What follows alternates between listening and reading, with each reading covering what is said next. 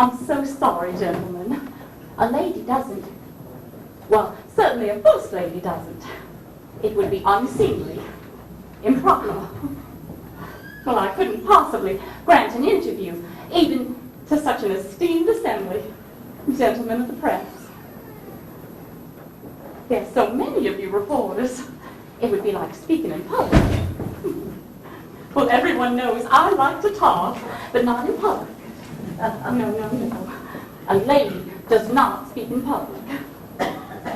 Only those Cali-Newton suffragettes jabber on in front of a crowd. With swarms of critics, I don't need to give them any more. Sir? You asked?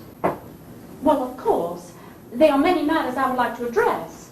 Most of all, the harsh treatment my husband is receiving in prison at Fort Monroe.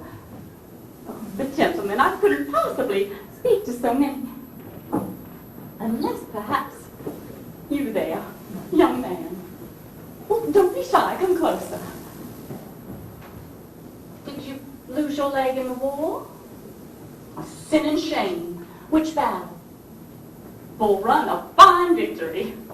My husband said, a few boys in gray, they are smoking, snorting, hell-toting sons of thunder. Oh, please excuse his language, but coming from Jefferson Davis, that's quite a compliment. I say it is noble, yes, noble of you to give your leg to our great cause, although I'm sure you'd prefer not to have given it. Your rank, sir? Captain. Well, Captain, it is possible for me to speak with you. Alone. Well, no one can fault me for having a conversation with one of our wounded veterans, a hero of our great Southern cause, our lost cause. I do not address crowds. The rest of you gentlemen may wait out there.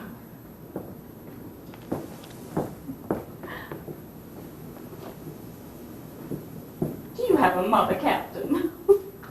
Well, if I were your mother, I would say, sit down, young man, take a load off that good leg you've got left.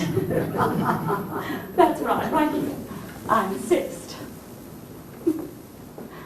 If the other reporters should overhear our conversation, Captain, well, that is no concern of mine, is it?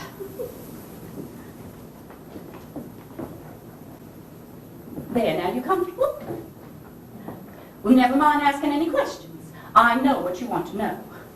The answer to your first big question, the one everyone asks, is no, absolutely not. My husband, Jefferson Davis, had nothing to do with Abraham Lincoln's assassination. Nothing.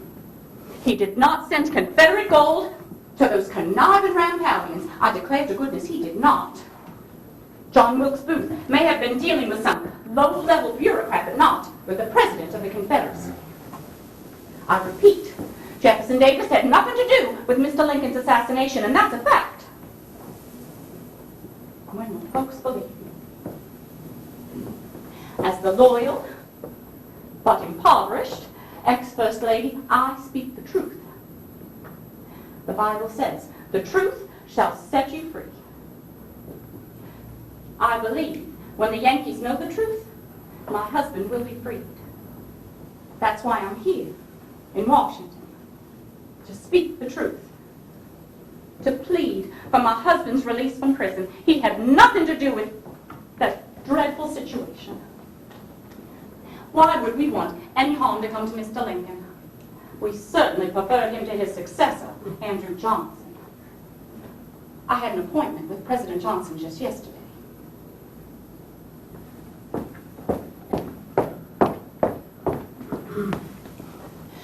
With all due respect, Mr. President, you are treating my husband like a common criminal, locking him up without a trial in that horrid dank prison. They know he has serious eye inflammation, so they torture him with bright lights 24 hours a day. He is sick, yet he is not allowed to sleep.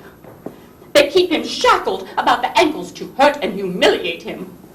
His old war wounds, his headaches, dyspepsia, his cheekbones stick out like those of a skeleton. Pitiful. He is ill, very ill, maybe pneumonia. He needs a doctor. He is somewhere betwixt a balk and a breakdown. It is a disgrace. You must release him before he dies in there.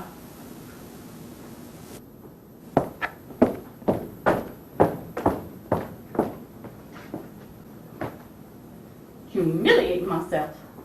I begged him. Oh, he ignored my request. I tell you, Captain, he treated me like a dead lion, not worth kicking. That Andrew Johnson, he's somewhere between a hawk and a buzzard and as crooked as a barrel of fish hooks besides. Oh, no. I should not have said that. I should not have said that. Off the record. Please cancel that. I'm so tired. I tell you, Captain, I would rather fight with my fists than to tell truths to a hostile power. Perhaps y'all from the press could... Oh, no. I must not speak with them. Would you, Captain, publish something sympathetic? Would you do that? We have been treated so unfairly by the press. The Southern press, they said if someone else had led the Confederacy, the South would have won the war. Indeed. No one could have led our cause with more skill and devotion than my husband, Jefferson Davis. Some people called me Queen Varina, Queen of the Confederacy. I had a role to play. I tried my best to play it. I was never highfalutin. I never lorded it over anyone. I did not. Queen indeed. After my husband's arrest, Yankee soldiers came. They took everything we had except the clothes we were wearing. They took us to Fort Monroe, where I had to abide jealous Yankee ladies. They did not know beeswax from a bull's foot. Well, I mellowed and lip-battling. They had no interest in books, did not understand my literary references, and yet they called me uppity, obscure, and lacking in refinement. Well, I tell you, my style of refinement was adored when we lived in Washington. President Buchanan was quite fond of me, and he is no sweet-mouthed flatterer. He said that I was radiant, like the sun on a cold winter's morn. He called me the belle of the ball. I think even Mr. Davis was proud of me. And why not? I'm no empty-headed ignoramus. I can discuss Dante and Shakespeare. Well, I have held my own in conversations with the likes of Daniel Webster, and everyone knows he is smarter than a hooty owl. In Richmond, during the war, when we needed a little levity, just to keep things going, I would host a musicale or a talent show. Oh, folks just loved my impersonations of the Confederate generals. Their favorite, Jubal Early, who could cuss mightily while rolling a cigar in his mouth. Well, we ain't took Washington yet, damn scallywags. But we scared the pudding out of old Abe Lincoln. Oh, I even did a parody on handsome Jeb Stuart, shaking his big old beard and strumming on his little banjo. Oh, I wish I was in the land of cotton, good times there when I've forgotten. Look away, look away, look away, Dixieland. Oh, God rest General Stuart's flamboyant soul. In Savannah, after the war, I tried cheering people up with those same impersonations. But those Yankee ladies, no sense of humor. They took everything I said literally. So, the cause of the war, not for me to say. Of course, we had to defend the rights we'd inherited, our Southern way of life. Although I often wondered, I probably said it out loud, if ours was an experiment in self-government or self-immolation. Even I know you can't make guns out of cotton. Oh, no, off the record. Strike that. My husband, the president, expected me to be the perfect first lady. Reticent, modest, a shrinking violet. I tried. Oh, Lord knows I tried. But I laughed too loudly. And oftentimes, I let my real feelings show. Well, of course, there are times when I have my own opinion, but as a woman, it is not my place to offer an opinion, especially not on politics or government. A good wife helps her husband regardless of her own beliefs. Although, I cannot help but have ideas of my own. Sometimes it happens, I start talking and I cannot hold my tongue. My husband tried to help me know when to stop talking. Varina, please, enough words, enough. There's a limit to words, Varina, and you are past your limit. But sometimes my words just pop out. Undid, I cannot help it.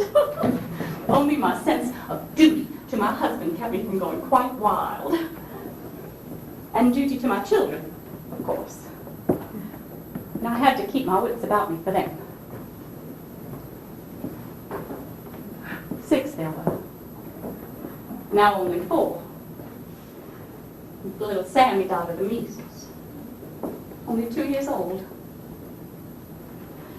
And now Joey, only 6. Fallen from the top balcony of the Confederate White House.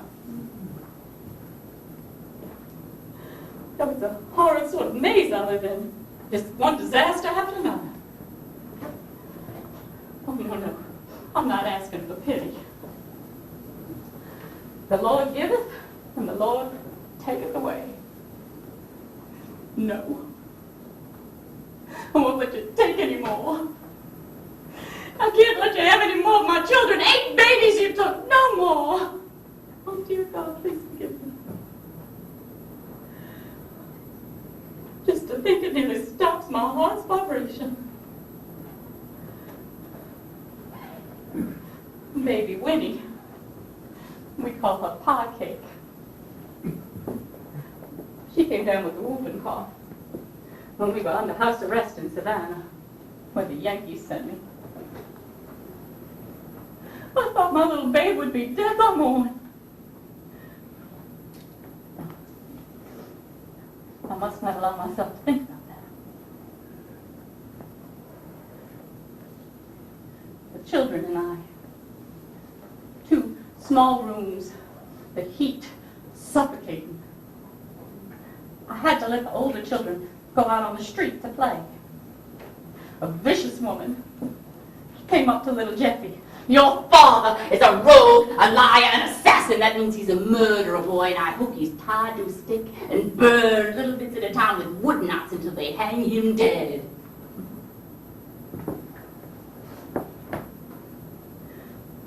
Little Jeffy, he ran back to me, his little face purple with mortification. I dried his tears, and I commended him on his gentlemanly behavior and having given no reply. We were despised in Savannah. Oh, how my children suffered. Violence everywhere. A Negro sentinel leveled a gun at my little daughter for calling him uncle. My children were not safe there. I sold my jewelry, even my wedding ring, to send the older ones north to friends in Montreal. What is to become of them? Or of me, deprived of them? My heart is so heavy. Sir, the Confederate White House. A Negro may hide out from Miss VanLew. Absolutely not. A vicious falsehood. I never had in my employ a Negro hide out from Miss VanLew. Certainly not. I would never accept favors from such as Miss VanLew, whom I was obliged to include at social events. Oh, she puts on grand airs. She plays like she's some pumpkins because she's first folks. Slave-holding abolitionist. She claims she's a Quaker, all the while raising more hell than a pig caught under a gate. What do they call a crazy vet? I certainly would never allow a literate Negro to serve in the Confederate White House. All of my serving girls were born and trained on our plantation, and they were illiterate. I tell you, illiterate, vicious gossip. Some people have even accused me of being a spy for the Union. What foolishness. Not worth an answer. Captain, the Dahlgren affair, what of it? The Union sent a brash, inexperienced young colonel to sack and burn Richmond. That unfortunate young man, Ulrich Dahlgren, had lost a leg earlier at Gettysburg. But still, even with a wooden leg and a crutch, he could outride anyone, outdance anyone, and I may say, out-sweet-talk any Yankee girl in Washington. Attacking Richmond, however, he failed. Too many young sweethearts knew of his plans. Our soldiers intercepted that band of thugs, assassins, barbarians, and we prevented the taking of Richmond, and that's that. Isn't the art of conversation a wonderful thing? Everyone knows I love to talk. That's one of the best things about being First Lady. All the tea parties and the soirees, engaging in literary discourse, never political. That was not my place. You must understand, I hosted many parties at the Confederate White House. I had no choice. I was obliged to include that VanLew woman.